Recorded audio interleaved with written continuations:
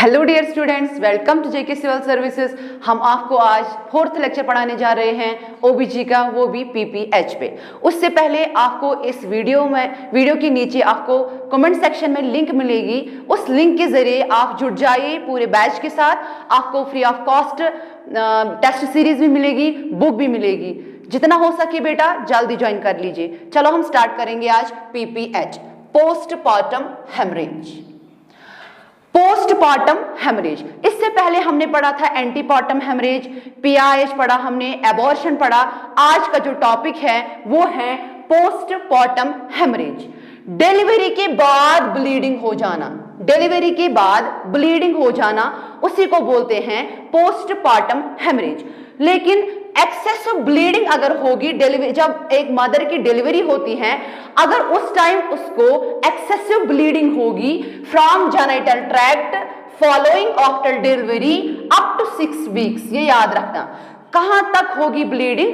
Delivery जब baby की होगी वहां से अगर एक्सेसिव ब्लीडिंग होगी जेनिटल ट्रैक्ट से, कितनी एक्सेस होगी कि उसकी वजह से जब एक्सेस ब्लीडिंग होगी तो उसकी वजह से मदर में इफेक्ट हो सकता है।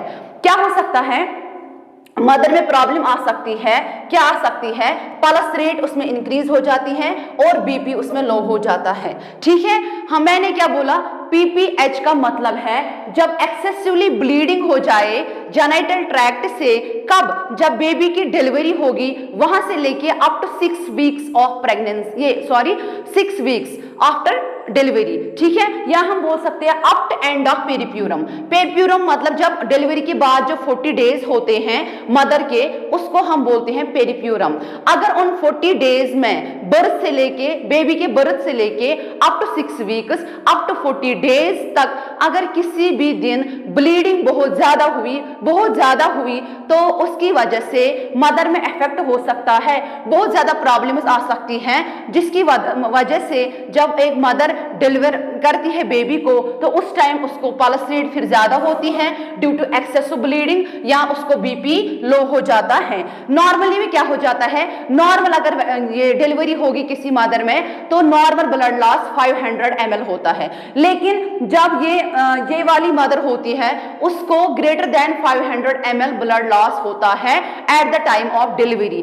अगर किसी को सी सेक्शन होगा या एलएससीएस जिसको बोलते हैं बेटा, तो उस टाइम अगर सी सेक्शन अगर उसको हुआ, नॉर्मल में 1000 ml ब्लड लॉस होता है सी सेक्शन में। लेकिन जब ये वाली मदर होती है, पीपीएच वाली मदर होती है, जिसको या पोस्टपार्टम हेमरेज वाली मदर होती है, उसको कितना लॉस हो जाता है? Greater than 1000 ml। अगर उसने क्राइटेरिया फुलफिल किया, मतलब एक्सेस ब्लीडिंग हुई following after delivery of the baby up to the 6 weeks, ठीक है, अप टू 6 वीक्स, या हम बोल सकते हैं अप टू पेरिप्यूरम। उसकी वजह से अगर मदर में फिर पल्स रेट इंक्रीज हो जाएगी या उसके बाद बीपी लो हो जाएगा, ब्लीडिंग अगर एनवीडी में ग्रेटर देन 500 ml होगा या सी सेक्शन में 1000 ml से ज्यादा ब्लड लॉस होगा, तो हम उसको बोलते हैं पोस्टपार्टम हेमरेज। उसके बाद क्या है? उसके बाद है टाइप्स। इसके पोस्टपार्टम के टाइप्स क्या है? पोस्टपार्टम के टाइप्स है, first one primary postpartum haemorrhage. Primary postpartum haemorrhage, primary postpartum haemorrhage मतलब कि जब ब्लीडिंग होगी within 24 hours after delivery of baby, जब बेबी की डिलीवरी होगी, जिस दिन बेबी की डिलीवरी होगी, जब उसी 24 आवर्स में अगर ब्लीडिंग होगी तो उसको हम बोलते हैं प्राइमरी पोस्टपार्टम हेमरेज। लेकिन इसमें 2 टाइप्स है फर्दर, ट्रू पोस्टपार्टम और 3rd डिग्री हेमरेज। देखो, ट्रू पोस्टपार्टम में क्या होगा? ब्लीडिंग अगर होगी आफ्टर एक्सपल्शन ऑफ प्लेसेंटा, क्योंकि इसमें स्टेजेस होते हैं लेबर के, first, second, third and fourth. First में ये डायलिटेशन एंड ये इफेसमेंट होती है, फॉर एग्जांपल प्रिपेयर होता है सब कुछ। सेकंड में होते हैं delivery of the baby, third में delivery of the placenta, fourth में फिर ये ऑब्जर्वेशन स्टेज होता है। लेकिन जब प्लेसेंटा अगर लास्ट में डिलीवर हुआ, अगर उसके बाद ब्लीडिंग हुई तो उसको हम बोलते हैं ट्रू पोस्टपार्टम हेमरेज। ठीक है, लेकिन अगर 3rd डिग्री में है बिफोर एक्सपल्शन ऑफ प्लेसेंटा, अगर प्लेसेंटा अभी अंदर ही है, प्लेसेंटा अभी डिलीवरी प्लेसेंटा की अभी डिलीवरी नहीं हुई है, मतलब प्लेसेंटा अभी डिलीवर नहीं हुआ है, अगर उससे पहले ही ब्लीडिंग हो जाए तो उसको हम बोलते हैं थर्ड डिग्री हेमरेज। ठीक है, सेकंड ये इंपॉर्टेंट है, ये एग्जामिनेशन पॉइंट ऑफ व्यू के लिए बहुत इंपॉर्टेंट है। क्या इंपॉर्टेंट है? True postmortem means after bleeding अगर होगी after expulsion of placenta, bleeding अगर आफ्टर एक्सपल्शन ऑफ प्लेसेंटा, ये इंपॉर्टेंट पॉइंट है, इंपॉर्टेंट। थर्ड जो है थर्ड डिग्री मतलब before expulsion of placenta, bleeding occurs before expulsion of placenta, ये आपको याद रखना है, important for the examination point of view. ठीक है, उसके बाद है सेकेंडरी पीपीएच। सेकेंडरी पीपीएच मतलब ब्लीडिंग आफ्टर 24 आवर्स। यहां पे था प्राइमरी में विद इन 24 आवर्स, प्राइमरी में था विद इन 24 आवर्स, सेकेंडरी में इतना याद रखना है आफ्टर 24 आवर्स, याद रहा। उसके बाद हम देखेंगे अब है इटियोलॉजिकल फैक्टर, चाहे प्राइमरी रीजन है या ट्रू पोस्टमार्टम है या थर्ड स्टेज पोस्टमार्टम है या सेकेंडरी पीपीएच है, इसके इटियोलॉजिकल फैक्टर्स क्या है, इसका काज क्या है। अब हम देखेंगे काज क्या है।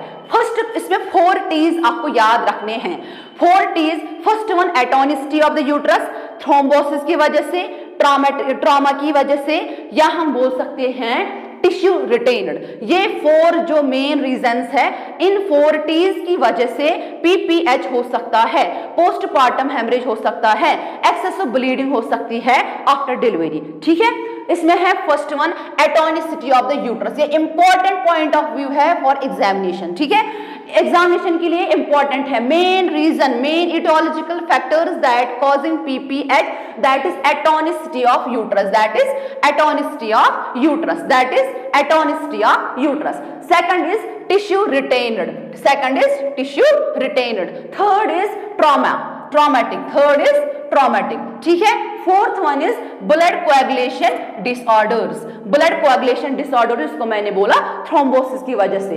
ये 4 रीजंस है जिसकी वजह से पीपीएच हो सकता है, पीपीएच हो सकता है। First one we will discuss about atonicity. किसके?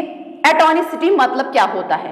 एटोनिसिटी मतलब टोन, मतलब यूट्रस का जो टोन है, यूट्रस का जो टोन है वो खत्म हो जाता है। क्यों हो जाता है खत्म? Due to some reasons. देखो, due to failure of myometrium to contract and retract properly at the placental side. देखो, जब प्लेसेंटा की डिलीवरी होती है, प्लेसेंटा डिलीवर हुआ, प्लेसेंटा डिलीवर हुआ, ठीक है, यहाँ पे जो प्लेसेंटल साइड है ना, इसको रिपेयर करना जरूरी है। प्लेसेंटा जो यूट्रस के साथ इम्प्लांट हुआ है, प्लेसेंटा इम्प्लांट हुआ है किसके ओर? प्लेसेंटा इम्प्लांट होता है किसके साथ? यूट्रस के साथ। नॉर्मली में क्या हो जाता है, जब ये प्लेसेंटा डिलीवर होता है तो वहां पे उसको रिपेयर करना पड़ता है। वो कैसे रिपेयर होता है?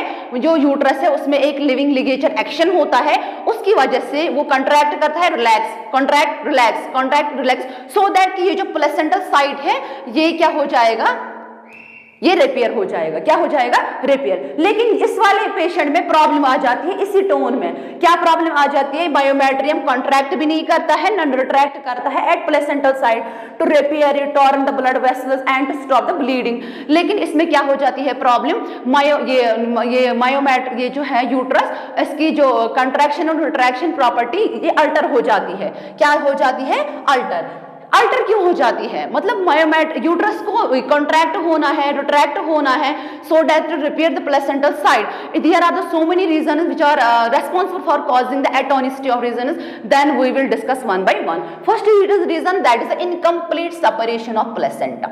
प्लेसेंटा आधा ही सेपरेट हुआ है, आधा अंदर है। ये भी एक रीजन बन सकता है कि टोन जो है यूट्रस का वो मतलब अब प्रॉपरली नहीं है, मतलब कॉन्ट्रैक्शन नहीं हो पा रहा है। सेकंड रीजन है आरपीओसीज। आरपीओसीज मतलब रिट्रेन्ड प्रोडक्ट ऑफ कंसेप्शन। ये प्रोडक्ट ऑफ कंसेप्शन जो अंदर ही क्लॉट्स है, बाकी है डेब्रिस वेब्रिस, प्लेसेंटा भी थोड़ा सा है, वो अंदर ही रह गए हैं। ये भी एक रीजन बन सकता है एटोनिसिटी का, और उसकी वजह से फिर हो सकता है क्या? PPH.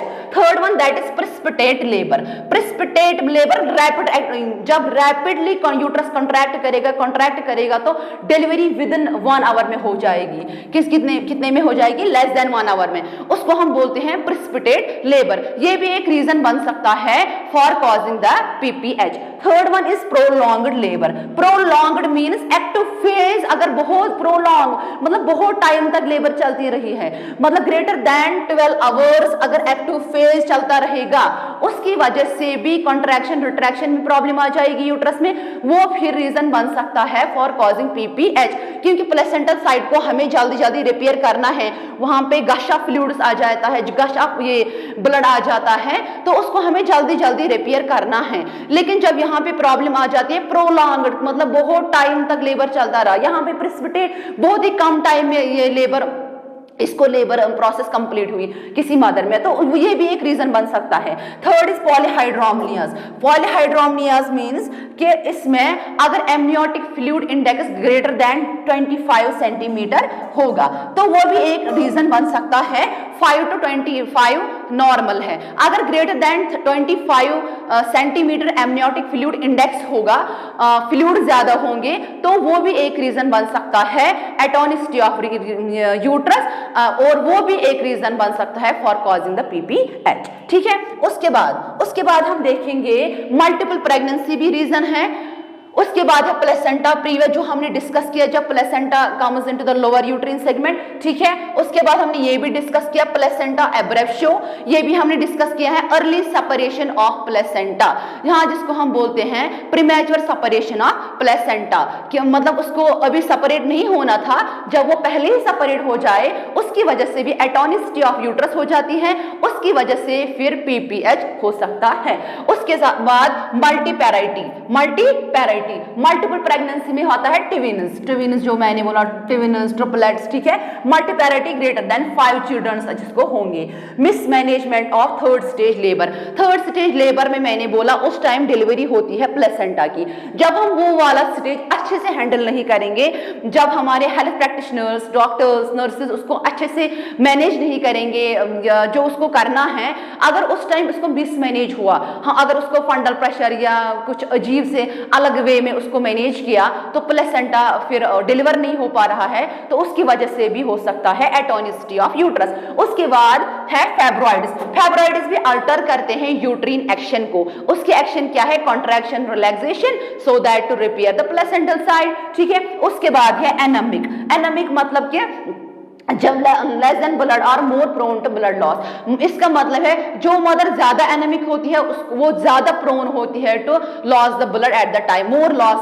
Of blood at the time of delivery. ठीक है, उसके बाद है टिश्यू रिटेन्ड। मैंने पहला जो रीजन बोला जो PPH को कॉज कर सकता है that is atonicity of uterus. Atonicity of uterus में मैंने बोला क्या बोला?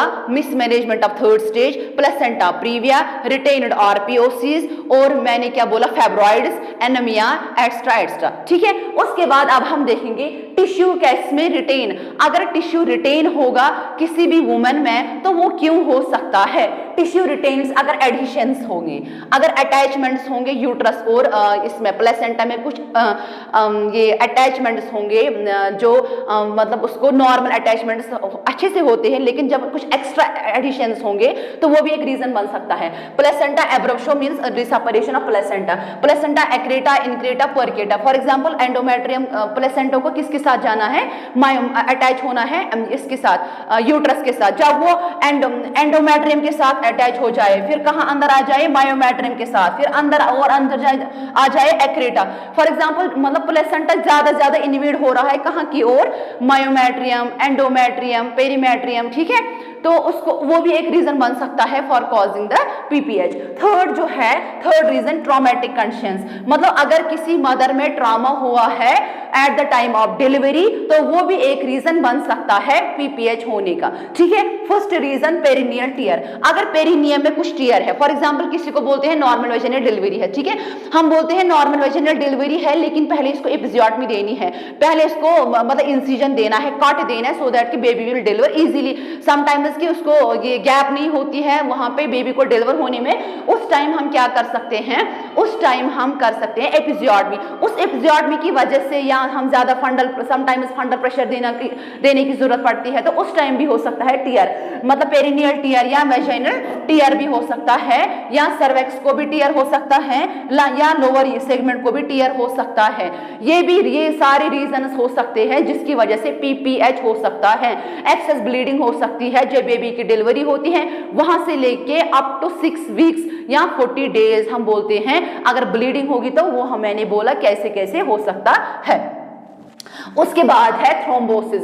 थ्रोम्बोसिस मतलब कि क्लॉटिंग हो जाती है, जो वेसल्स है उनमें क्लॉट बन जाता है। देखो फर्स्ट वन जो एक मतलब थ्रोम्बोसिस किसमें होता है, डीआईसी, डिसेमिनेटेड इंट्रावास्कुलर कोआगुलेशन। इसका मतलब है जब क्लॉट्स अंदर बन जाते हैं, अगर वही क्लॉट फिर ब्लड वेसल्स में क्लॉट करेंगे, उसको हम बोलते हैं डिसेमिनेटेड इंट्रावास्कुलर कोआगुलेशन। या किसी को होता है इनहेरिटेड कोआगुलेशन डिसऑर्डर्स, मतलब बचपन से ही कुछ कोआगुलेशन डिसऑर्डर्स है, at the time of delivery उसको प्रॉब्लम हुई, जब उसको डिलीवरी हो तो उसको एक्सेस ब्लीडिंग हुई, जब इसको एक्सेस ब्लीडिंग हुई तो मदर को कंडीशन पे इफेक्ट पड़ती है, तो उसको बहुत ज्यादा प्रॉब्लम हो जाती है। ठीक है, तो अब हम देखेंगे किस वाले मदर में पीपीएच हुआ है। अगर एज ए लेमैन देखेंगे, फॉर एग्जांपल अगर हम देखेंगे वहां पे होगा विजिबल ब्लीडिंग। ब्लीडिंग होती है नॉर्मल ब्लीडिंग, लेकिन वो वाली ब्लीडिंग होगी जो कंटिन्यू भी ब्लीडिंग हो सकती है, ये इंटरमिटेंट भी गश ऑफ ब्लड कम्स आउट। हम इतना बोलेंगे कि इस वाली मदर में हम ऐसे ये लगाएंगे, ये गैस करेंगे इस वाली मदर में पीपीएच है। अगर उसको ब्लड जो है, अगर इसको ब्लड ये गश ऑफ ये ब्लड कम आउट पर वेजिनम, ठीक, या हम कंटिन्यूअसली अगर होगा, या कभी कभार इंटरमिटेंट गश ऑफ फ्लूइड्स भी आ जाता है, ये एक साइन एंड सिम्टम है। दूसरा है इस वाली मदर को पल्स रेट फिर इंक्रीज हो जाता है, क्योंकि वहां से ब्लड लॉस हो रहा है और बीपी लो होगा। ठीक है, और उसको अल्टर्ड लेवल ऑफ कॉन्शियसनेस होगी, मतलब ये फिर मेंटली जो इसका मेंटल वो स्टेटस है वो डिस्टर्ब होगा, वो कॉन्शियस नहीं होगी, वो ओरिएंटेड नहीं होगी, क्योंकि उसको ब्लड लॉस बहुत ज्यादा हो रहा है, ऊपर से पल्स इसको ज्यादा है, बीपी लो हो और ब्लीडिंग बहुत ज्यादा हो रही है, तो उसकी वजह से हमें फिर पैलर दिखेगी। ठीक है, पेल दिखेगी। क्या दिखेगी ये वाली मदर? पेल। उसके बाद अगर हमने उसको मेंटेन नहीं किया, रिहेबिलिटेट नहीं किया, रिकवर नहीं किया, मैनेजमेंट नहीं किया, तो mother will go into the shock, वो फिर लास्ट में शॉक में चली जाती है। ठीक है, उसके बाद हम देखेंगे, उसके बाद अब हमें मैनेज करना है। अब हमने पढ़ा कि पीपीएच क्या होता है, एक्सेसिव ब्लीडिंग होती है फ्रॉम द जेनिटल ट्रैक्ट जब बेबी की डिलीवरी होती है अप टू द 6 वीक्स। मैंने बोला नॉर्मल में 500 है, लेकिन अगर greater than 500 then we call PPH. अगर सी सेक्शन वाली मदर होगी जिसको सर्जरी की होगी तो उसमें अगर ग्रेटर देन 1000 तो देन वी कॉल कि ये इसको पीपीएच हुआ है। अब हमें इसको मैनेज करना है। मैनेज कैसे करेंगे? First one that's to empty the uterus. अगर में यूट्रस में कुछ भी है, आरपीओसीज है, कुछ भी है, तो हमें उसको इवैक्यूएट करना है, एम्पटी करना है। हमें हीमोस्टेसिस करना है। अगर अंदर से ब्लीडिंग हो रही है, अगर कुछ टीयर है, तो हमें उसको हीमोस्टेसिस करना है। हमें रेस्टोर करने हैं फ्लूइड लॉस, जो फ्लूइड लॉस हुआ है उसको हमें इसको रेस्टोर करना है। देखो एटोनिसिटी, अगर ब्लीडिंग होगी, अगर ब्लीडिंग हुई होगी ड्यू टू एटोनिसिटी, हमें कैसे पता चलेगा कि इसको एटोनिसिटी ब्लीडिंग है या ट्रॉमेटिक ब्लीडिंग है? एटोनिसिटी ब्लीडिंग अगर हम देखेंगे, फर्स्ट वन हमें पैल्पेट करना है यूट्रस को। यूट्रस को हमें क्या करना है? पैल्पेट। उसके बाद हमें मसाज करना है सो दैट कि मेक इट कॉन्ट्रैक्ट। ठीक है, अगर हमने पैल्पेट किया फिर उसके बाद मसाज किया, अगर मसाज के बाद ब्लीडिंग स्टॉप हुई तो हम बोलेंगे हाँ इसको एटोनिसिटी की वजह से ब्लीडिंग हुई थी। अगर उसके बाद भी मसाज करने के बाद भी ब्लीडिंग नहीं रुकी तो समझ लेना इसका काज है ट्रॉमेटिक, मतलब ये किसी ट्रॉमा की वजह से इसको क्या हुआ है? ब्लीडिंग हुई है। ठीक है, तो हम उसके बाद स्टार्ट करेंगे क्रिस्टलाइड सॉल्यूशंस, क्योंकि ये मदर शॉक में चली जाएगी, बीपी भी लो है, उसको वॉल्यूम बहुत ज्यादा कम हुआ है, तो हम इसको नॉर्मल सैलिन रिंगर लैक्टेट लगाएंगे। ठीक है, उसके बाद हम करेंगे जनरल मैनेजमेंट, हम उसको मॉनिटर कंटिन्यूअसली करेंगे, अरेस्ट करेंगे, ब्लीडिंग को रिसस्टेट करेंगे। ठीक है, अरेस्ट करेंगे, ब्लीडिंग को रिसस्टेट करेंगे, कम्युनिकेशन करेंगे, बातचीत करेंगे, बाकी एक्स्ट्रा डॉक्टर्स भी लाएंगे, जल्दी आ जाओ, जल्दी आ जाओ, यहाँ पे ब्लीडिंग हो रही है, मदर पीपीएच में हो रहा है, ये शॉक में चली जाएगी, प्लीज जल्दी। हम एक्स्ट्रा हेल्प करने के लिए बोलते हैं डॉक्टर। उस टाइम हम बहुत ज्यादा डॉक्टर्स को बुलाते हैं, नर्सेज आते हैं वहाँ, पूरी टीम, क्योंकि यहाँ पे पीपीएच हो रहा है, ब्लीडिंग बहुत ज्यादा हो रही है। अगर हम इसकी ओर नहीं देखेंगे तो मतलब खुदा ना करे फिर मदर फिर डेथ में भी चली जाती है। ठीक है, तो हम लार्ज बोर कैनुला लगाते हैं इसे जल्दी, जिसमें हम ये लगाते हैं मतलब रश ऑफ फ्लूइड्स, नॉर्मल सैलिन लगाते हैं, रिंगर लैक्टेट लगाते हैं, पेशेंट को हम फ्लैट और वार्म रखते हैं, और उसके बाद हम क्या करते हैं? यूट्रीन मसाज एंड बायमैनुअल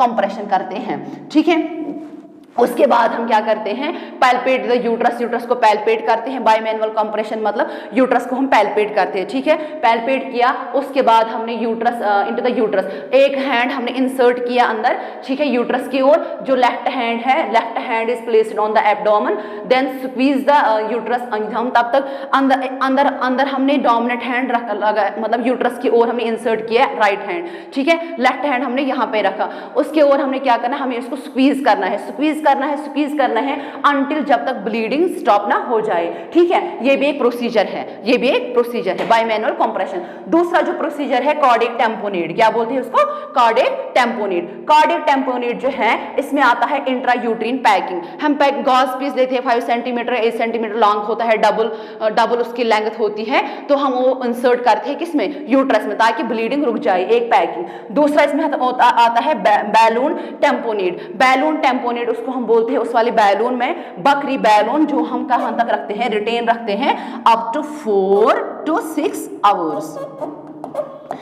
हम कितना रिटेन रखते हैं, कब तक रखते हैं वो बैलून अंदर ही, ताकि ब्लीडिंग ना आ जाए, 4 to 6 आवर्स, उसको हम बोलते हैं बकरी बैलून, ठीक है।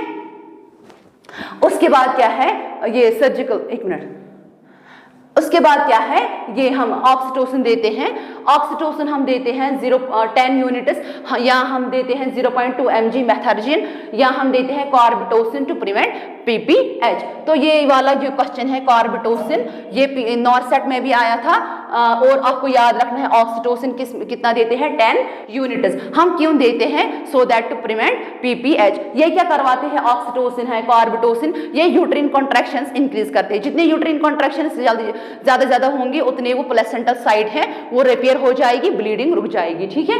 दूसरा क्या है, ब्लीडर को हमें कैथेटराइज करना है। अब है ट्रॉमेटिक ब्लीडिंग। अगर ट्रॉमा की वजह से ब्लीडिंग हुई हो तो हमें उस टाइम क्या करना है, हमें उस टाइम स्यूचर्स करने हैं, ठीक है। हमें स्यूचर, जहां पे भी ट्रॉमा होगा, चाहे पेरिनियम में ट्रॉमा होगा, सर्वेक्स में ट्रॉमा होगा, यूट्रस में ट्रॉमा होगा, तो हमें उस टाइम क्या करना है, हमें उसको स्यूचर्स करने हैं, ठीक है। अगर RPCOs होंगे, रिटेन प्रोडक्ट ऑफ कंसेप्शन होंगे, अगर उसकी वजह से ब्लीडिंग होगी तो हम उस टाइम हम ड्रग देते हैं, मीजोप्रोस्टॉल देते हैं, ऑक्सीटोसिन देते हैं, या हम क्या करते हैं, और removal by manually, placenta removed by manually. अगर अंदर ही रह गई है प्लेसेंटा तो मैनुअली भी हम प्लेसेंटा को रिमूव कर सकते हैं, ठीक है। अब है लास्ट वन जो है सर्जिकल प्रोसीजर। सर्जिकल प्रोसीजर जो है इसमें हम करते हैं ligation of the ovary and uterine arteries. किसमें लाइगेट करेंगे, ओवेरी एंड यूट्रीन आर्टरीज। अगर वहां पे कुछ प्रॉब्लम होगी तो वही लाइगेट करेंगे। Ligation of the uterine arteries, अगर कुछ प्रॉब्लम होगी तो वहां पे वो करेंगे, लाइगेशन करेंगे, ठीक है। या बायलेंस सूचर भी करते हैं। और लास्ट वन हिस्टेरेक्टोमी। अगर इसके बावजूद भी नहीं हुआ, हमने पहले मेडिकल मैनेजमेंट किया, हमने उसको ये नॉर्मल सैलिन लगाया, रिंगर लैक्टेट लगाया, ऑक्सीटोसिन लगाया, कार्बिटोसिन लगाया, मीजोप्रोस्टॉल लगाया, पोजीशन भी दीजिए, वार्म एनवायरनमेंट में रखा, रिसस्टेट भी किया, अगर उसके बावजूद भी ये ठीक नहीं हुआ, या सर्जिकल मैनेजमेंट भी किया, वहां पे यूट्रस में जो आर्टरीज थी, ओवेरीज की आर्टरीज थी, हमने उनको भी लाइगेट किया, अगर उसके बावजूद भी ब्लीडिंग स्टॉप नहीं हुई तो हम करते हैं hysterectomy. That means removal of क्या, रिमूवल ऑफ यूट्रस। समझ आया अच्छे से? थैंक्स।